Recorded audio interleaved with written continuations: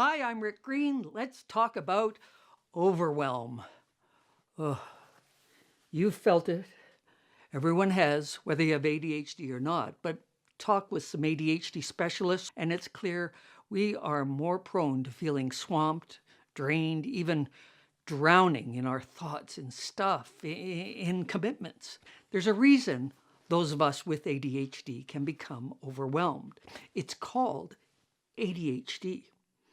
You may have heard the term executive function disorder. You may not. Basically, executive functions are like what executives and managers would do at a large company. If you think of your brain as a large company. And so the executives do the planning and the organizing, prioritizing, supply management, setting goals, monitoring progress, costs, finance, just making sure everything runs smoothly. They don't actually do the work, but they make sure it's all organized. Executive function is probably a better description than attention deficit hyperactivity disorder, at least for me, because sometimes I have lots of focus and attention, even way too much, and I'm focused on the wrong things. And sometimes I can be a bit hyperactive and other days feeling flat and half asleep and listless.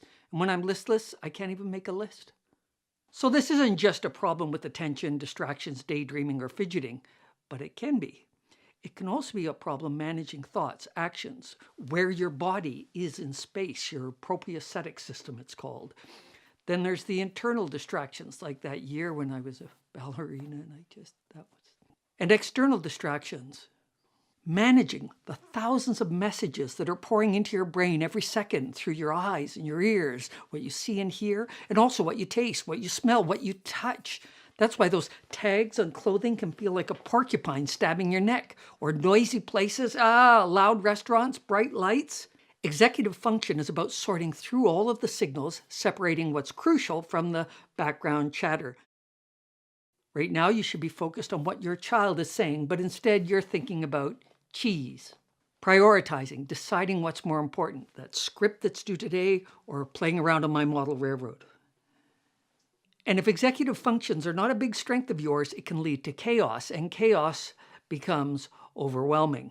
But with ADHD, we get busy. We like busy. Our brains like busy. They love busy. Our brains are wired to go looking for trouble, for drama, danger, excitement, or opportunities, always on the alert, or on the alert until we run out of gas and we hit the wall and we sink into a torpor, which we do more often than other people. And suddenly, burnout, overwhelm, nap time, the rabbit, not the tortoise. Slow and steady wins the race. That's okay, I'll try another race. And once you've hit that wall and you've collapsed in a heap, snoring away or playing Sudoku instead of finishing the big assignment, what do? Well, at some point, you just keep playing Sudoku. Or take a short nap, 10 to 30 minutes. Or get some food. Another thing I learned about overwhelm was from taking courses with Coach Linda Walker, noticing my energy levels throughout the day. A lot of us are up in the morning, but flat by mid-afternoon, and then we get a kind of a second wind in the evening. There are other ways to avoid overwhelm, which is probably better than getting into overwhelm and trying to dig your way out. Drink water, have snacks, take breaks. In fact, my Fitbit, I love this, it has me every hour get up and walk at least 250 steps, and then it gives me a little cheer, and I know I'm a grown adult, it shouldn't matter, it does for some reason. And here's the big one, and you're not going to like it because you have ADHD, but it's under schedule. Plan to do less than you think you can. I know, you have so much to do. You need a long list of tasks. That's exactly what I did for decades, creating long lists that I never got done. And I kept doing that until my coach asked, does that work? Oh.